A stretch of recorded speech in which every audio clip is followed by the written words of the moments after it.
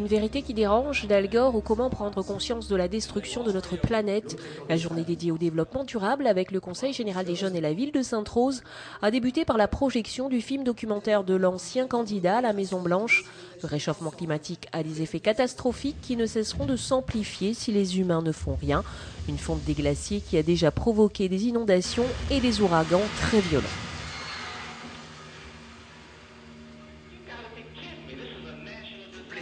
C'est une catastrophe nationale.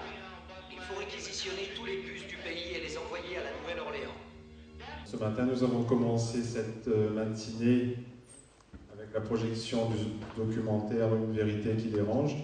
Et avant de vraiment passer au débat et vous laisser la parole pour un temps d'échange, j'aimerais dire quelques mots sur la 7e édition de la Semaine du développement durable. Un véritable électrochoc qui a permis de faire comprendre à des milliers de personnes qu'il était urgent de changer nos comportements. Les jeunes très sensibles à cette thématique ont posé des questions très pertinentes aux élus et aux entreprises qui œuvrent à des solutions plus écologiques pour fournir de l'énergie.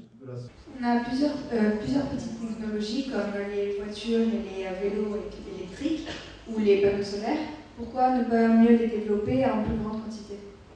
Existe-t-il des subventions pour aider les personnes qui désirent utiliser l'énergie renouvelable pour mieux consommer? Est-ce que ce projet de d'épuration sera qu'à La Réunion? Elle ne sera pas transmise dans le monde? Cette journée organisée à Sainte-Rose en direction du Conseil général des jeunes s'inscrit dans la semaine du développement durable. L'élu à l'éducation a voulu montrer comment la ville de Sainte-Rose s'engage dans un processus de fabrication d'énergie renouvelable. L'objectif de cette journée dans le cadre du développement durable, c'est d'inculquer aux jeunes la culture du développement durable. Effectivement, Sainte-Rose, on fait de gros efforts, on essaie de travailler et de produire des énergies renouvelables, des énergies propres, pour vraiment laisser quelque chose de propre à notre jeunesse. Maintenant, aujourd'hui, on a cette journée avec le Conseil général des jeunes, c'est aussi pour se dire c'est un problème qui touche la jeunesse. En regardant le film d'Al Gore, on nous sensibilise sur les dangers que court la planète. Donc aujourd'hui, en tant qu'élus, notre rôle à nous, c'est de dire comment on passe le relais et comment les jeunes entrent vraiment dans le développement durable. Notre rôle à nous, élus, c'est de mettre les jeunes en situation. Et aujourd'hui, on l'a fait. Et une très bonne participation des jeunes, des questions sans préparer ces questions, des questions qui les intéressent, ils ont pris aussi conscience de dire c'est l'affaire de tout le monde. Le développement durable, c'est une vision globale. Donc, nous, Conseil général, c'est vraiment, on s'inscrit pleinement là-dedans, hein. Objectif, rendre la ville de Sainte-Rose totalement autonome, comme l'île de la Réunion en 2030. De nouvelles sources d'énergie avec à l'étude la possibilité de fabriquer du biocarburant à partir des stations d'épuration. Le projet met en œuvre la valorisation des déchets des stations d'épuration des eaux usées. Nous reprenons les boues des stations d'épuration, nous récupérons le phosphate et le nitrate de ces mêmes stations d'épuration et nous en créons un biocarburant. Ceci est fait au travers d'une technologie utilisant des microalgues. Il faut savoir que les stations d'épuration des eaux usées dans l'île de la Réunion, totalement, transportent 1 tonne de phosphore par jour.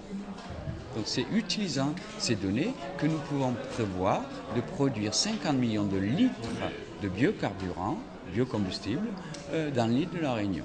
À travers ce projet, nous avons souhaité répondre à l'appel des différents partenaires politiques, qu'il s'agisse de l'autonomie énergétique souhaitée à la Réunion par la région, et encore ce projet de développement durable impulsé par le projet GERI. Donc ce projet de développement de production de microalgues et de valorisation de cette biomasse par sa transformation en biocarburant permet de répondre et est l'une des possibilités de répondre de manière concrète et durablement à cette autonomie énergétique souhaitée par la Réunion. Pour les jeunes présents à cette journée, il est important que chacun de nous devienne des éco-citoyens. J'ai pris conscience qu'il y avait le réchauffement climatique et que les glaciers commençaient à fondre. Et donc si ça a continué comme ça, il y a certains pays qui auront été au-dessous du niveau de la mer. Notre planète est en danger et que c'est à nous les jeunes de la protéger puisque nous sommes des adultes de demain. et que la planète elle est pour nous demain. Après, ce sera de convaincre nos camarades des collèges respectifs parce que certains n'en ont rien à faire de la protection de l'environnement, du développement durable. La planète est en grand danger, que si on fait rien, elle se détruira par elle-même et par nous-mêmes.